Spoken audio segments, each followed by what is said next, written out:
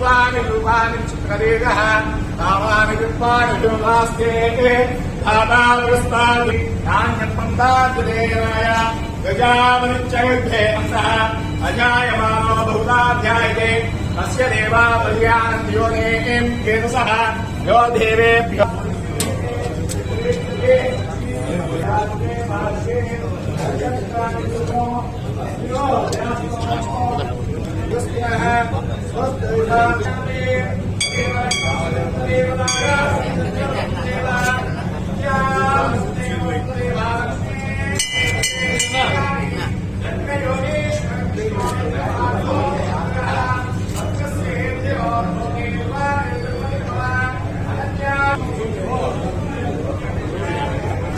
వచ్చింది సంతోషం వస్తే సంతోషంగా బంధు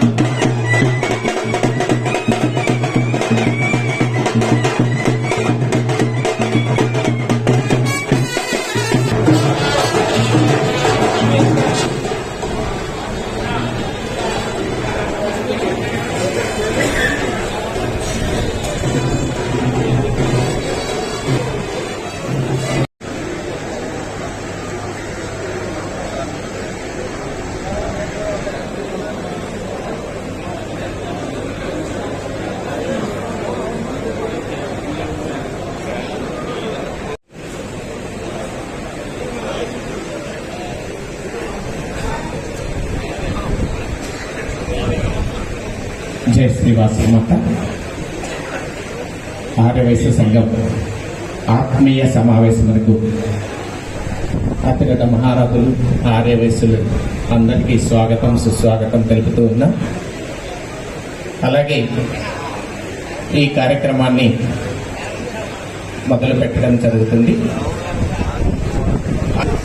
ఇంకోటి చంద్రశేఖరరావు గారించవలసిందిగా కోరుచున్నాం.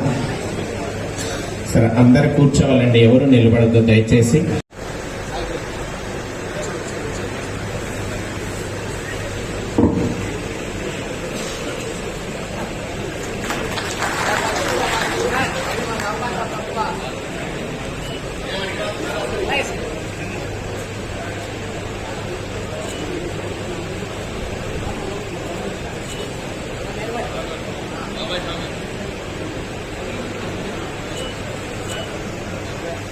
చెప్పవలసిందిగా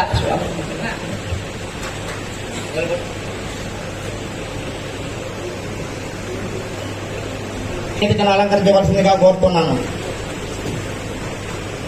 సానికొమ్మి పిచ్చిరెడ్డి గారి కుమారుడు శ్రీనివాసరెడ్డి గారిని వేదికను అలంకరి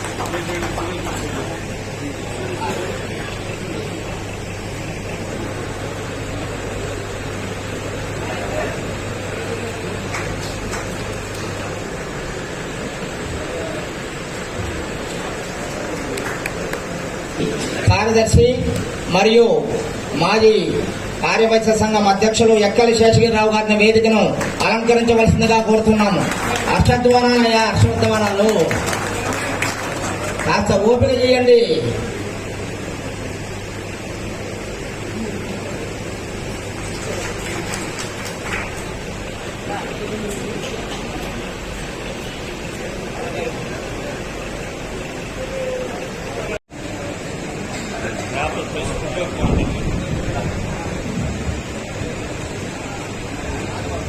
నేటి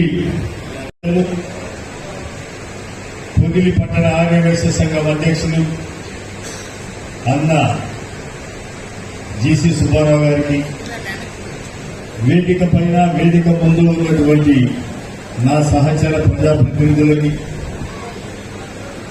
అన్ని వ్యాపార వర్గాల నుండి ఇక్కడికి విచ్చేసిన సోదరులకు సోదరిమణులకు మీడియా మిత్రులకు ఆర్యవైశ్య సంఘం పెద్దలందరికీ కూడా ముందుగా నా హృదయపూర్వక నమస్కారాలు.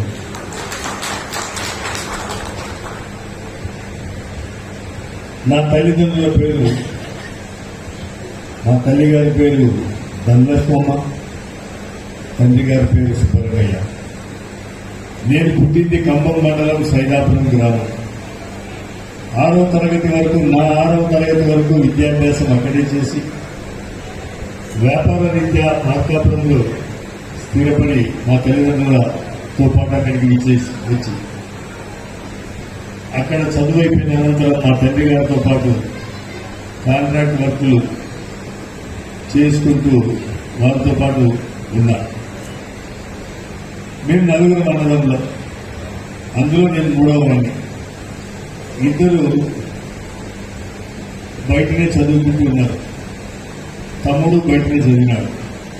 కానీ నా అదృష్టం, నేను తల్లిదండ్రుల దగ్గర ఉండి అక్కడే బాల్యం నుండి ఇంటి పరిస్థితులు, తల్లిదండ్రుల యొక్క విధి విధానాలు అన్ని గమనించి, అలాగే ఎప్పుడు ఇంట్లోనే ఉన్నా కాబట్టి తల్లిదండ్రుల యొక్క ఆశీస్సులతోటి, తల్లిదండ్రులు ఇచ్చినటువంటి సూచనలతోటి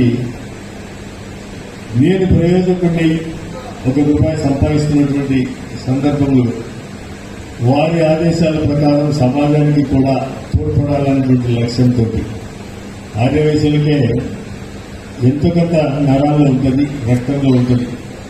సంపాదించిన దాంట్లో కొంత సమాజానికి దాన ధర్మాలు రూపేణ అయ్యాలి.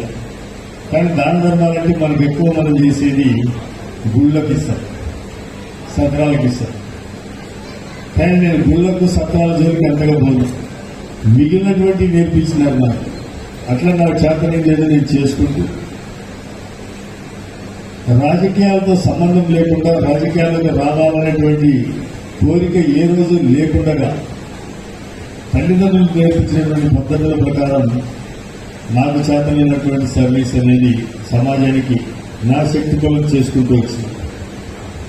ఈ పరిస్థితుల్లో చాలా చాలా చాలా విచిత్రమైనటువంటి పరిస్థితుల్లో నేను రాజకీయాల్లోకి వచ్చినాను అని చెప్పేసి ఇక్కడ ఈ సందర్భంగా తెలియపరచదలుచుకున్నాను.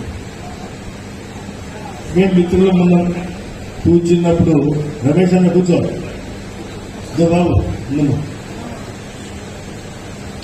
కూర్చున్నప్పుడు ఈ జరుగుతున్నటువంటి పరిస్థితులు, పరిణామాల గురించి ఆలోచన చేస్తూ నాయకుడికి ఇటువంటి లక్షణాలు ఉండాలా అని చెప్పేసి మాట్లాడితే సుబ్బారావు ఏమంటారంటే, దిగితే తెలుస్తుంది, బయట ఉండి మనం ఎవరిమైనా ఏమైనా చెప్పొచ్చు, దిగినోడికి తెలుస్తుంది, నువ్వు దిగలేదు కాబట్టి ఎన్నైనా వ్యవహారాలు చెప్తాము, మనం ఏమైనా చెప్తాము అని చెప్పేసి మాట్లాడిన సందర్భం. అనుకోని పరిస్థితుల్లో 2009 సంవత్సరంలో మెగాస్టార్ చిరంజీవి గారు ప్రజారాజ్యం పార్టీ నెలకొల్పి ఆ పార్టీలోకి వచ్చి పోటీ చేయమని చెప్పేసి కబురు చేసినారు. నాకెందుకు ఈ రాజకీయం, నాకు వద్దు అని చెప్పేశాను. మా మిత్రులు ఉన్నారు, వాళ్ళు ఏం చేసినారంటే, కాదు అవకాశం వచ్చింది, నువ్వేదో చెప్తుంటావు కదా, అట్లుండాలి ఇట్లుండాలని చెప్పేసి అది ఏమాత్రం నువ్వు ఆచరణలో పెడతావో చూద్దాము, ఎట్లా అవకాశం వచ్చింది కదా అని చెప్పేసి వాళ్ళు చెప్పినారు. సరే, గత్యంతరం లేని పరిస్థితుల్లో ఒకరోజు రాత్రి ఆలోచన చేస్తున్నాం, ఎవరితో ఏం మాట్లాడాల, ఎస్ ఇట్లా మనం చర్చించుకున్నప్పుడు ఇట్లా దానికి నిలబడగలుగుతామా లేదా, ఏం చేస్తాం అని ఆలోచన వచ్చి చూద్దాం, ప్రయత్నం చేద్దాం, ప్రజలు ఆశీర్వదిస్తే, భగవంతుడు అవకాశం ఇస్తే ఎన్ని రోజులు ఉంటే అన్ని రోజులే ఉందాం, చేతగానప్పుడు మానేసేద్దామని చెప్పి, రాజకీయాల నుంచి వైదొలుగుదామని చెప్పేసి ఒక ఆలోచన చేసుకుని 2009 సంవత్సరంలో గిద్దలూరు నియోజకవర్గం నుంచి పోటీ చేసింది. గిద్దలూరు నియోజకవర్గ ప్రజల ఆశీస్సులతోటి శాసనసభ్యుడైనా సంతోషమని. తదుపరి ఒక్కొక్కటి చూసుకుంటూ వస్తే ఇది ఇబ్బందికరంగానే ఉంది. ఒక అసెంబ్లీ నియోజకవర్గం అంటే చిన్న విషయం కాదు. ఎందరో నాయకులు ఉంటారు, ఎందరో ప్రజలు ఉంటారు, కార్యకర్తలు ఉంటారు. వీటన్నిటికి మించి ఇంట్లో వాళ్ళని ఎక్కించేటోళ్ళు ఉంటారు, గిల్లేటోళ్ళు, ఇంట్లో గిల్లేటోళ్ళు ఉంటారు పోయి. కానీ నా అదృష్టం ఏంటంటే, నా భార్య కానీ, కుమారుడు కానీ, కూతురు కానీ అప్పటికి అల్లుడు లేడు, ఎవరు లేరు. వీళ్లతో పాటుగా నా ఆప్త మిత్రులు కానీ ఎవరు కూడా నేను పోయేటువంటి దారికి అడ్డం తగిలి నన్ను సైడ్ ట్రాక్ తీసుకుపోవాలనేటువంటి ఏ రోజు కూడా పాపం ప్రయత్నం చేయలే. వాళ్ళ గురించి మనం గొప్పగా నేను మాట్లాడుకోవాలి. వాళ్ళందరి సహకారం లేకపోతే పోలే ముందుకి. ఇంట్లోకి వెళ్తానో, స్నేహితులకు వెళ్తానో, పక్కన వాళ్ళకి వెళ్తానంటే ఏం పోతుంది. కాబట్టి ఆ బాధ లేకుండా 2009లో శాసనసభ్యుడిని 5 సంవత్సరాలు గడిపిన. గెలిచిన 3 నెలలకే మనం ప్రతిపక్షంలో ఉన్నాం. ప్రజారాజ్యం పార్టీ ప్రతిపక్ష పార్టీ, వద్దు అధికార పార్టీలోకి పోదామని చెప్పేసి నన్ను ఇబ్బంది పెట్టిన వాళ్ళు ఉన్నారు. రాను, అటువంటి పరిస్థితులు ఉత్పన్నమైతే రాజీనామా చేస్తా తప్ప నా పద్ధతులకు, సిద్ధాంతాలకు నేను వెనుకాలని చెప్పేసి ధైర్యంగా ముందుకు పోయినటువంటి వ్యక్తిని నేను అని చెప్పేసి కూడా తెలియపరుస్తాను. ఇట్లాంటి సమస్యలు వస్తే భయపడేది ఏముండదు. రైతుడు కదా ఏమని అనుకుంటుంది, కుదరదు. అయింది సమస్య వస్తే ఎదురుపోతా అన్నాడు. ఏదైనా సమస్య వచ్చేటట్టుంది, గెలవ చేస్తారేమో అంటే లేదు అడిగే పోవాలా. పోతే కదా సమస్య తెలిసేది.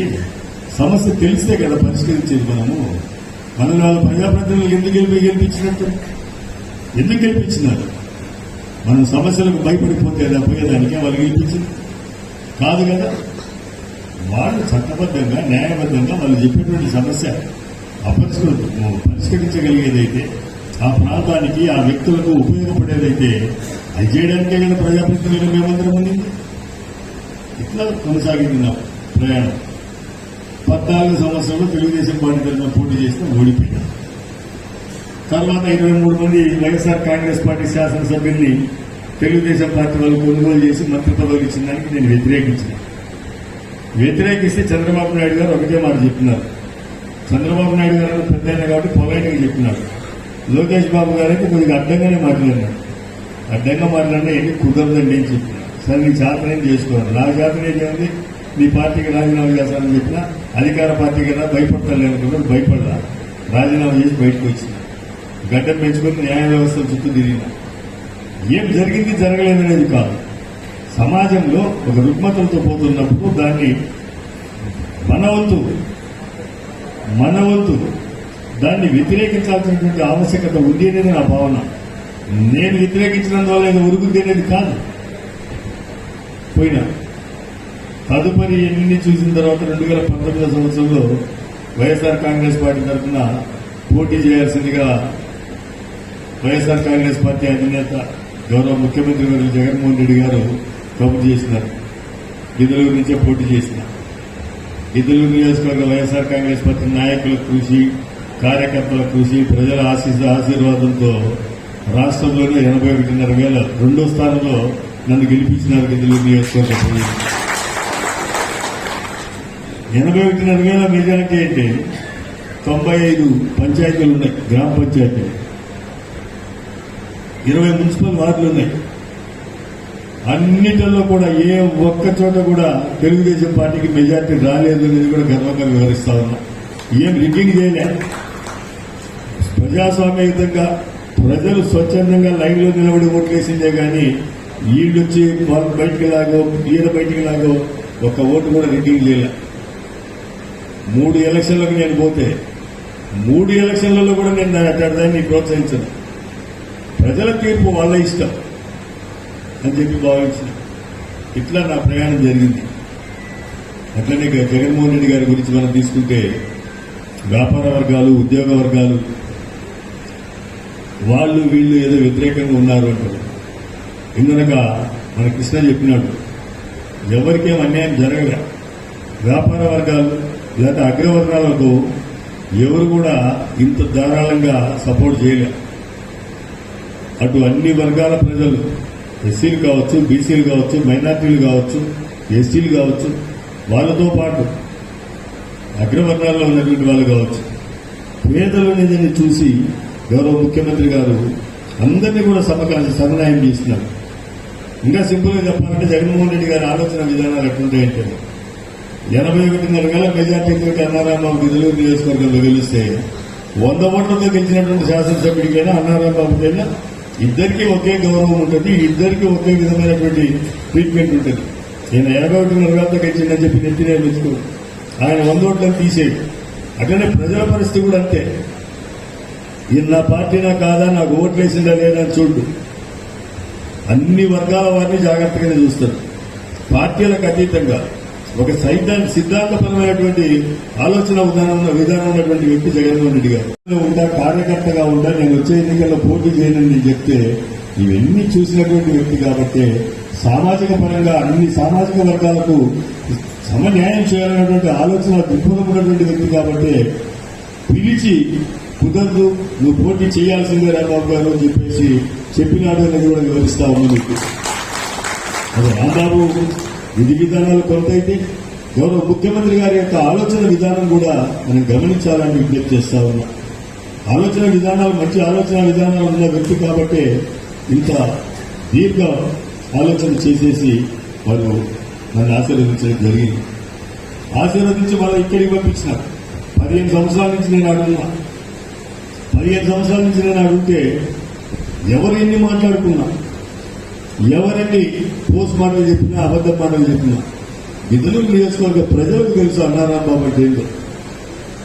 గిద్దలూరు నియోజకవర్గ ప్రజలకు తెలుసు అన్నారాంబాబు గురించి, అన్నారాంబాబు విధి విధానాల గురించి. ఈ కులాలు మతాలు ఏమి నడుస్తే 81 వేల మెజార్టీతో గెలిపారు. అందరూ ఆదరించినారు కాబట్టి, అన్ని సామాజిక వర్గాల వారు ఆశీర్వదించినారు కాబట్టి నాకంత మెజార్టీ వచ్చింది అనేది కూడా దయచేసి అందరూ కూడా గమనించాలని కూడా కోరుతా ఉన్నా.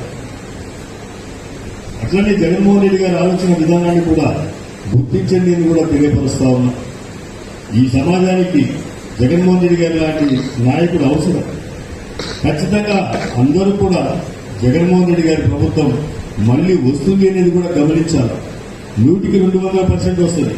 తెలుగుదేశం పార్టీ వాళ్ళు అనుకుంటున్నట్టుగా ఈ ఆంధ్రజ్యోతి పేపర్, ఈనాడు పేపర్లలోనూ లేకపోతే ఈటీవీలలో, ఏబిఎన్ ఆంధ్రజ్యోతిలో వచ్చినట్టుగా చూస్తే ఇప్పుడు 5 ఏళ్ల నుంచి చెప్తానన్నారు. ఇక లేవు. ఆ పేపర్ చూడగానే రేపు కూలిపోద్దేమో ప్రభుత్వం, ఎల్లుండి కూలిపోద్దేమో అనిపిస్తుంది.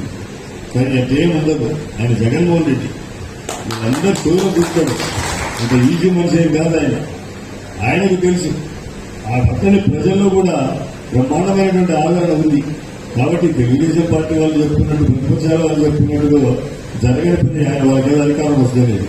పాపం ఎంత ఇదిలో ఉన్నారంటే మంత్రి పదవులు కూడా పంచుకుంటున్నారు 3 నెలల నుంచి. ఇంకా ఎలక్షన్లే రాలే, 3 నెలల ముందు నుంచి మంత్రి పదవులు కూడా పంచుకుంటున్నారు. ఎవరికి మంత్రి పదవి, ఎవరికి ఏ శాఖ అనేది కూడా చెప్పుకుంటున్నారు. పాపం ఇంకంతా చూసుకోవాల్సిందే. సినిమా అనేది ఇవన్నీ ఊహలలో ఉంచుకోవాల్సిందే తప్ప ఆచరణ సాధ్యమే పని కాదు. మళ్ళా వచ్చేది జగన్మోహన్ రెడ్డి గారి ప్రభుత్వం, వైఎస్ఆర్ కాంగ్రెస్ పార్టీ ప్రభుత్వమే. మీ అందరి ఆశీస్సులు, ఆ తల్లి ఆశీస్సులు ఉంటే మీ శాసనసభ్యుడిగా నేను కూడా ఈ విజయంలో ఉంటాననేది కూడా వివరిస్తా ఉన్నా మీకు. అట్లనే కుల సబ్జెక్ట్ వచ్చేటప్పటికి నేను మొట్టమొదటిసారి 2009వ సంవత్సరంలో గిద్దలూరు నియోజకవర్గానికి పోయిన రోజు కూడా కుల ప్రాతిపదికన నన్ను ఆశీర్వదించండి అని చెప్పేసి నేను ఎవరికి కోరను. కారణం ఏంటంటే ఇది పెద్ద వ్యవస్థ. అన్ని కులాల వారి యొక్క ఆదరణ కావాలి, అన్ని కులాల యొక్క ఆదరణ కావాలి, అన్ని వర్గాల యొక్క ఆదరణ కావాలి. కాబట్టి అందరితో కలుస్తాం. కాకపోతే ఏమైందంటే నేను నా కులానికి సంబంధించింది పెట్టుకుంటే ఏదో గుడ్డగాజు నెత్తినేస్తారు, వాళ్ళ కులాన్ని పెట్టుకున్నారు. అదే నేను వయసుంది కాబట్టి ఒక వయసుతో మీటింగ్ పెట్టలే. మిగిలినటువంటి సామాజిక వర్గాలతో కూడా పెడుతున్నాం. అన్ని సామాజిక వర్గాలతో నడుస్తుంటాయి పెద్ద రాజకీయ నాయకుడికి. కాబట్టి అది పెద్ద ఇష్యూ కాదు, మాకు అందరూ కావాల్సిందే. నేను మీలో ఆ వైశ్య కుటుంబంలో పుట్టినాను కాబట్టి మీకు కొంత ఆదరణ ఎక్కువ ఉండొచ్చు. నేను మీ పిలుస్తుంది కాబట్టి మీరందరూ నాకు ఓట్లు వేయండి కూడా నేను అడుగుతా కోరను. కానీ వారి అభిప్రాయం, నా అభిప్రాయం కూడా చెప్తా ఉన్నా. 175 నియోజకవర్గాలు ఈ రోజు ఉన్నాయి. ఆ రోజు 294 నియోజకవర్గాలు ఉన్నాయి. 294 పక్కన పెడితే 175 నియోజకవర్గాల్లో ఈ రోజు పోటీ చేస్తున్నది వైశ్య కమ్యూనిటీ తరఫున ముగ్గురు మాత్రమే ఉన్నప్పుడు వాళ్ళకు ఒక రిప్రజెంటేటివ్ ఉండాలన్నటువంటి ఆశ ఎవరికైనా ఉంటుంది. ఆ ఆశలో భాగంగానే రాష్ట్రం మొత్తంలో మేము ఆడాడ ఉన్నాం. సంఖ్యాపరంగా ఇంత ఉన్నాం కాబట్టి మాకు మా నాయకుడు జగన్మోహన్ రెడ్డి గారు అవకాశం ఇచ్చినారు. మేము ఏ పార్టీలో ఉన్నా కూడా మా కులం తరఫున కూడా ఒక ప్రతినిధి ఉండాలా, రేపు ఏదైనా సమస్య వస్తే చెప్పుకోవడానికి కూడా ఉండాలనే భావనతోటి వాళ్ళ అభిమానులు ఎక్కువ చెప్తారు. దాన్ని ఇంకొక రీతిగా కుల ప్రాతిపదికన ఎవరు కూడా ఆపాదించాల్సిన అవసరం లేదు అనేది కూడా విజ్ఞప్తి చేస్తా ఉన్నా. అలాగే మీ అందరినీ కూడా కోరుతా ఉన్నా, గత 15 సంవత్సరాల్లో నేను ఆ పార్టీల ఫిరాయింపుల్ని వ్యతిరేకించి పక్కకొచ్చిన 3 సంవత్సరాలు తప్ప 12 సంవత్సరాలు నేను 2 సార్లు శాసనసభ్యుడిగా ఉన్నా, 2 సంవత్సరాలు తెలుగుదేశం పార్టీ ఇన్ఛార్జిగా ఉన్నా. ఈ 12 సంవత్సరాల్లో ఏ అధికారి, ఏ వ్యాపారస్తుని తప్పుడు కేసు పెట్టేదానికి సాహసం చేయలేదు అని చెప్పేసి గర్వంగా వివరిస్తా ఉన్నా. ఒక్క వైసీపీలకో లేకపోతే వ్యాపార వర్గాలకే కాదు, అన్నారాంబాబు విధి విధానాలు నా యొక్క విజయం కోసమో, నా రాజకీయ స్వార్థం కోసమో ఏ రోజు కూడా గ్రామాల్లో చిచ్చు పెట్టడము లేదా దొరికిన కాడికి దోచుకోవడం ఇట్లా ఎప్పుడు జరగదు. గ్రామాలు బాగుండాలా, ప్రజలు బాగుండాలా, సమాజం బాగుండాలనేటువంటి కోరుకునేటువంటి వ్యక్తుల్లో నేను ఒకటి.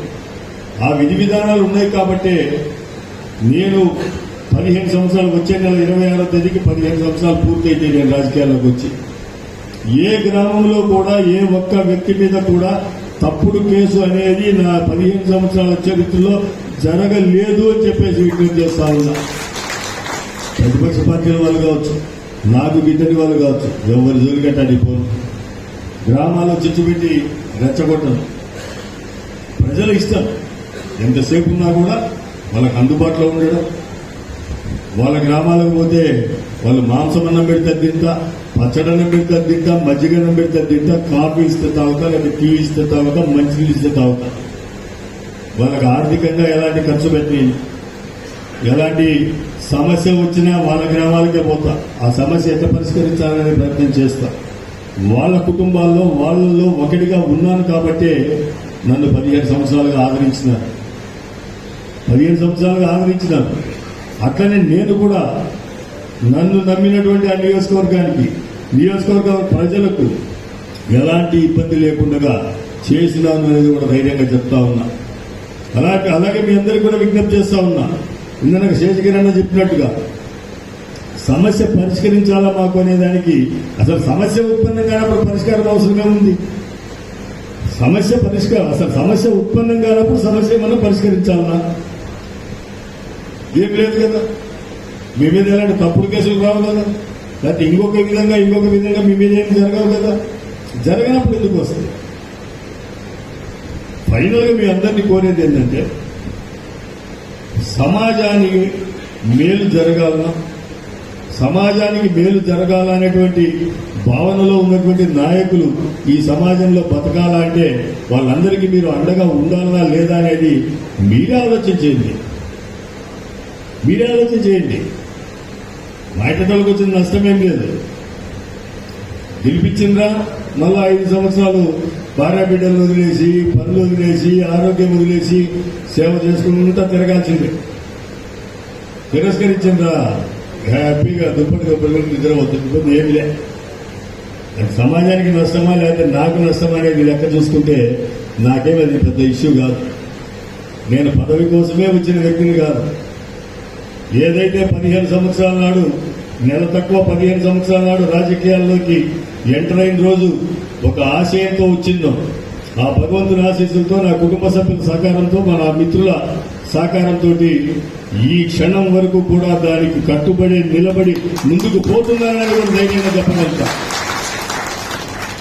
కేవలం ఒక ఆర్థిక పరమైనటువంటి లావాదేవీల విషయమే కాదు, నా వ్యాపారాలు చేసుకుంటూ నియోజకవర్గ ప్రజలను నేను ఏ రోజు కూడా గాలికి వదిలేలే. నా వ్యాపారాలే వదిలేసుకున్నా, సంపాదనే వదిలేసుకున్నా, సంపాదించుకున్న ఆస్తులు అమ్ముకుంటూ ఖర్చు పెట్టుకుంటూ తిరిగిందే తప్ప వీళ్ళని గాలికి వదిలేసిపోదా. 24 గంటలు ప్రజలకు ఏదైనా సమస్య ఉంటే వాళ్ళకి అందుబాటులోనే ఉన్నా.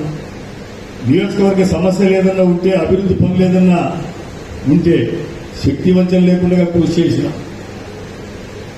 ఇవన్నీ వెరసే ఈరోజు నియోజకవర్గ ప్రజలు నన్ను అంత ఆదరించినారు అని చెప్పేసి గర్వంగా వివరిస్తూ, మీ యొక్క ఆశీస్సులు ఉంటే ఈ నియోజకవర్గంలో కూడా సేవ చేసుకుంటాను.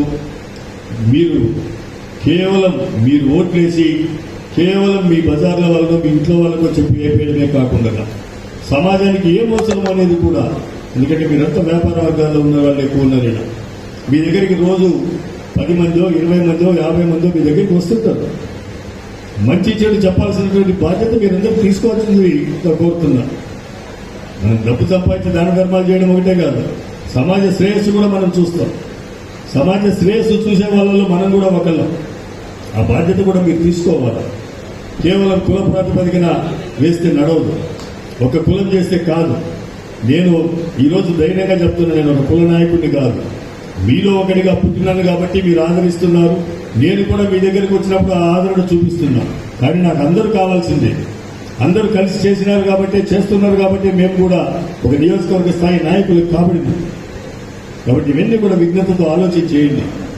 మీకు ఒకటే మాట ఫైనల్గా చెప్తా ఉన్నాను, మీకు ఎలాంటి సమస్యలు వచ్చినా మీకు అండగా ఉండేదానికి కులాల ప్రాతిపదికన కాకుండా నియోజకవర్గ ప్రజలకు ఏ సమస్య వచ్చినా కూడా అది న్యాయమైందైతే చట్టబద్ధమైందైతే వాళ్ళు ఎల్లవేళలా అన్నారాంబాబు మీ గుమ్మం దగ్గర ఉంటాడనేది మాత్రం గుర్తించండి అని చెప్పేసి కూడా కోరుకుంటూ అన్న శ్రావణ వెంకటేశ్వర గారు చెప్పినారు, ఓటుతో పాటు నోటండి, నోటు వద్దండి, ఓటు వేయండి చాలు, ఓటు వేయండి చాలు, నోటు వద్దు నాకు. మళ్ళా నేను ఎలక్షన్లకు వద్దనుకున్నా, ఆయన ఆశీర్వదించి పంపించిండు. సరే ఒకటి వారం నా శాతం చేద్దాం అనుకుంటా పెట్టుకుంటా, నాకు నోటు అవసరం లే, ఓటు వేయండి చాలు, మీ ఆదరణ చూపేయండి చాలు. అట్లే అభివృద్ధి పనులు సోదరుడు నాగార్జున రెడ్డి గారు ప్రస్తుత శాసనసభ్యులు, ఆ పిల్లడు కూడా కొత్తగా రాజకీయాల్లోకి వచ్చిన వాళ్ళ తండ్రి గారి అంశం నుంచి వచ్చినటువంటి వ్యక్తి కాబట్టి, రాజకీయ 50 సంవత్సరాల రాజకీయ చరిత్ర ఉన్నటువంటి కుటుంబం కాబట్టి అవగాహన చేసుకొని బాగా తిరిగినాడు. తన శక్తి కలిగి శక్తివంచన లేకుండా తిరిగి అభివృద్ధి పనులు కూడా చేసినాడు. ఇంకా చేయవలసినవి ఉన్నాయి. అవన్నీ కూడా మీ ఆశీస్సులతోటి గెలిపించినట్లయితే ఆ సమస్యలన్నీ కూడా తీర్చుకునేదానికి నేను కూడా ముందుకు నడుస్తానని కూడా వివరిస్తా ఉన్నా. మరొక పర్యాయం మీ అందరికీ కూడా పేరు పేరున విజ్ఞప్తి చేస్తా ఉన్నా. మీ అందరి ఆశీస్సులు, మంచి చెడు దాని మీద ఆలోచన చేయండి. మంచి చెడు ఆలోచన చేసి దాని ద్వారా నిర్ణయం తీసుకోండి. మీరు మంచి అనుకునే మాట అయితే ఇంకా 10 మందికి చెప్పి ఓట్లు వేయించండి. ఈరోజు జగన్మోహన్ రెడ్డి గారు చెప్తా ఉన్నారు ధైర్యంగా, నేను ప్రజలకు మంచి చేసినానంటే నా ప్రభుత్వం ద్వారా నీ కుటుంబానికి మేలు జరిగింది అనుకుంటే నా పార్టీని ఆశీర్వదించండి అని ఎక్కడైతే చెప్తున్నారో నేను కూడా అంతే నమ్మకంగా మీకు వివరిస్తా ఉన్నా. మంచి చెడు అనేది గమనించండి. మేము 4 సార్లు చేసినాం, 5 సార్లు చేసినాం, 3 సార్లు చేసినాం, ఇది కాదు. ఎన్నిసార్లు చేసినా ఓడిపోయినా గెలిచినా సానుభూతి ఉంటే అవసరం లే, వాటి మీద ఆశపడాల్సిన అవసరం లేవరం కూడా. నిజమైన పోరాటం చేద్దాం, ప్రజల ఆశీస్సులు కోరుదాం, మంచి చెడు చూద్దాం. ప్రజాస్వామ్యంలో ప్రజలకు ఏం కావాలో ఆలోచన చేద్దాం. ప్రజాస్వామ్యంలో నాయకుడికి ఉండాల్సినటువంటి లక్షణాలు చూద్దాం. వీటి ద్వారా నిర్ణయం తీసుకుని ప్రజలకు విజ్ఞప్తి చేద్దామని చెప్పేసి కోరుకుంటూ, ఇంత ఘనంగా నన్ను స్వాగతించి మీ ఆశీస్సులు ఇచ్చినందుకు మీ అందరికీ పేరు పేరున కృతజ్ఞతలు తెలుపుకుంటూ, మీ అందరి ఆశీస్సులు ఖచ్చితంగా ఉంటాయని ఆశిస్తూ, మీ ఆశీస్సులతో వచ్చే ఎన్నికల్లో విజయం సాధించి మీకు సేవ చేసే అవకాశం నాకు కల్పిస్తానని కూడా ఆశిస్తూ సెలవు తీసుకుంటున్నా. జై హింద్, జై జగన్. అమరావతి న్యూస్ యూట్యూబ్ ఛానల్ని లైక్ చేయండి, సబ్స్క్రైబ్ చేయండి, మీ స్నేహితులకి షేర్ చేయండి.